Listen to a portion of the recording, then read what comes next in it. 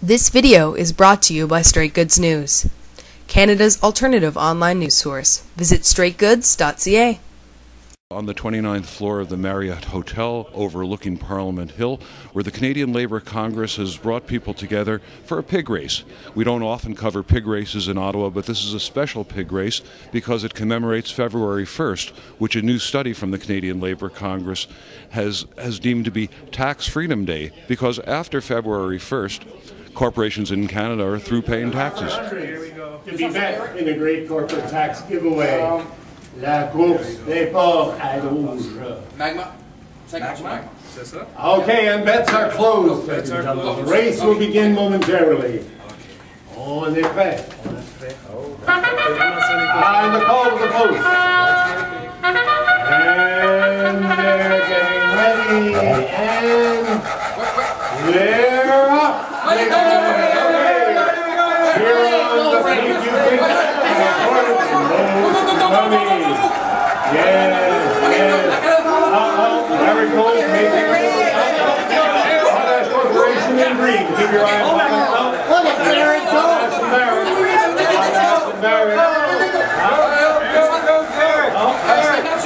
Magnus having a little trouble going in a straight line. Air Canada, as usual, at play. Luggage. Air Canada struggling. Potash is making the move. Hey, by more than a field, ladies and gentlemen. The race is running up to the Potash Corporation in the lead, followed by Bayard. And followed by What's my commission on that? Not even close. Potash is making the move. Potash is heading for the trough. More taxes.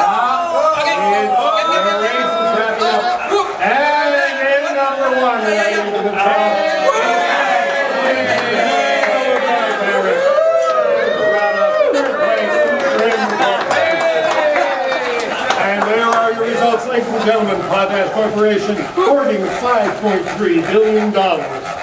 Today, the Canadian Labour Congress is releasing a new study examining what benefits Canadians receive in return for federal corporate tax cuts that were slashed in the 10-year period from 2000 to 2010.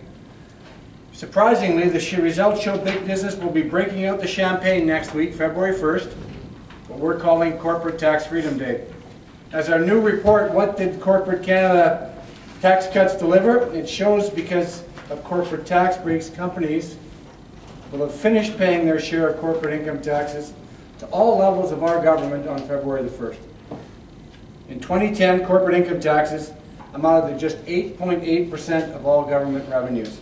That's a downward trend that will only get worse since the federal corporate tax rate was slashed in 2011 again on January 1st of this year to 15%. Canada now has the lowest corporate tax rates of any of the G7 nations. But what did slashing our rate by 11 percentage points between 2000 and 2010 deliver for Canadians? That's the question. It was supposed to deliver investments in productivity and equipment and developing workers' skills to create jobs. But the facts show something completely different.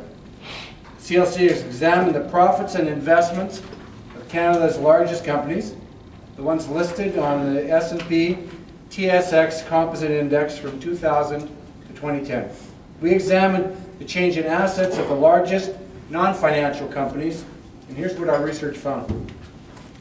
Big business simply used the tax that increased after-tax profits during this period to hoard cash.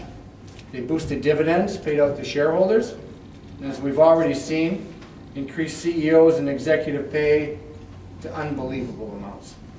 Collectively, the 10 corporate cash hoarders in this period accumulated $30.7 billion in extra short and long-term cash assets. Look at the leading cash hoarder and the winner of today's race, Potash Corporation of Saskatchewan. They had $214 million in short and long-term cash access in 2000. $214 million.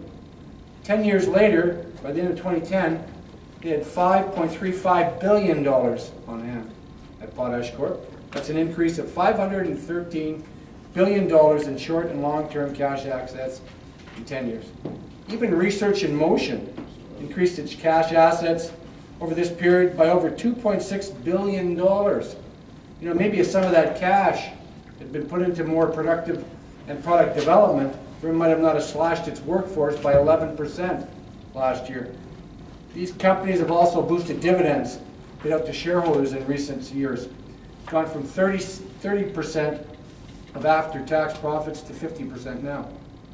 And not coincidentally, the CEOs of those top 10 cash hoarding companies are among the most highly paid in our country. In fact, Frank Stronach at Magna Corporation, we couldn't fit him on one of the pigs because he makes about $68 million in salary.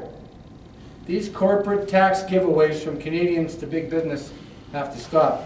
Since 2006, every percentage point drop in corporate tax rates has cost $2 billion in revenue loss to our federal government alone. In 2009, the Conservative government projected their cuts to corporate taxes would result in $13 billion less, $13 billion less in revenue for this upcoming fiscal period, 2012 to 2013.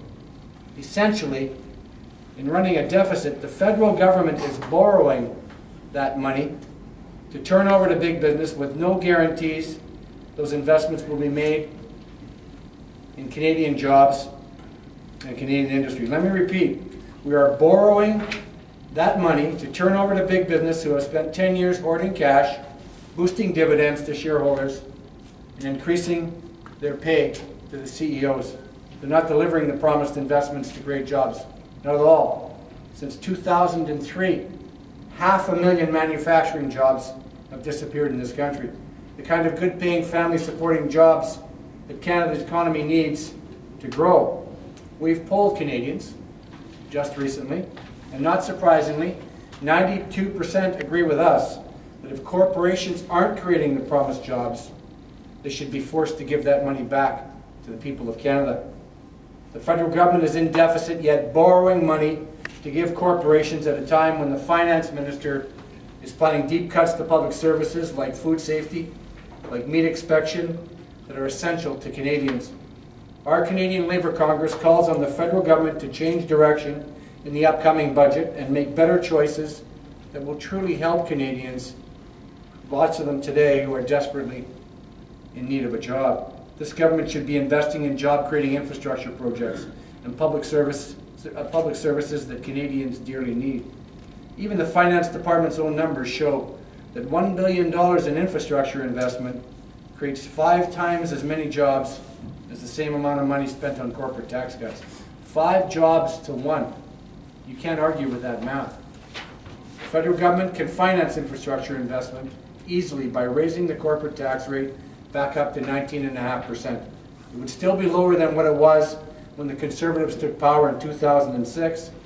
It would still be lower than the US rate today, but it would generate $10 billion in desperately needed revenue for our country so we can use it to create jobs. That makes far more sense than the continued folly of tax giveaways to big business just so they can keep hoarding cash and increase executive compensation and dole out bigger dividends to shareholders. I guess the cost of the economy is that surplus cash that's sitting on corporate balance sheets is sitting in the bank. It's not being invested in the economy. So it's effectively the profits are being raised on a day-to-day basis and then withdrawn from the spending stream. And I think there's an absolute consensus on that point. If you read Mark Carney's speech just before Christmas, and he was pointing to the fact that this is a huge problem when households are going into debt, governments are going into debt, but corporations are saving but not spending. Well, certainly as the corporate share has gone down, the share of personal income tax, sales taxes, other revenues has gone up.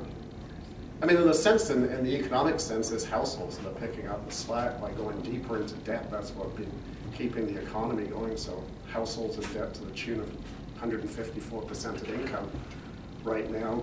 The government's sort of keeping demand going to some degree. And was one of the mistakes not tying this to any kind of performance indicators?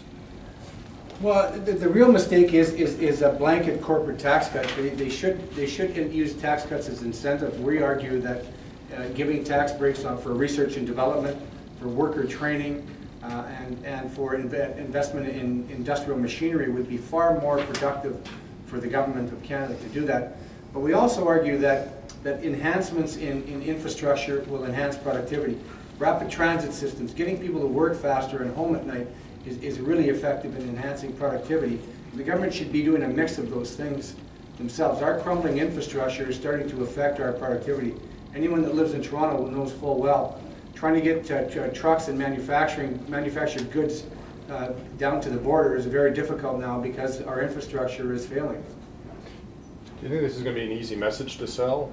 It always strikes me that anybody saying we need to increase taxes, it's a tough sell. Well, it's an easy sell with Canadians, as we said, Jacques. 92% of Canadians that we polled said that if the corporations aren't using that money for the purposes it was intended to create jobs, we should take it back, and the government of Canada should use it to create jobs. So it's not a hard sell for Canadians. It's a hard sell with people fixed that giving the private sector everything will solve our problems. And I think our stats prove it, that giving the private sector tax cuts haven't reaped the desired results except made CEOs richer. I think we can do this, Ken. These guys are ready. Come on, you guys, just sign this ACTRA membership card. Yes. We'll form your own bargaining unit. We call it bacon.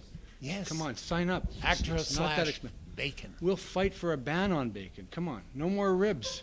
Think about it. Come on, Union sign up. status. You will be Come on. la crème du porc. Come on, you'll be every year. Well, you'll be on the CLC's format. Come on, guys. Come on, right here. Sign the. Come on, please.